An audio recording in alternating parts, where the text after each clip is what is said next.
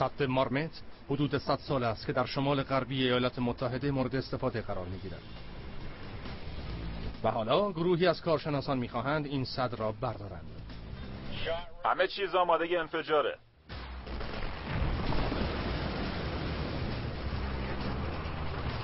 برای خراب کردن 22,000 تن بتون و فولاد فقط 4 ماه فرصت دارند و باید 800,000 متر مکعب شن و سنگریزه و تخت سنگ را پاک کنند تا گونه‌ای در حال انقراض ماهی‌های آزاد بتوانند به محل تخم‌ریزی خود بازگردند. برای برداشتن این سد باید از طرحی زیربنایی و امتحان نشده استفاده کنند. نگاه زیرش رو.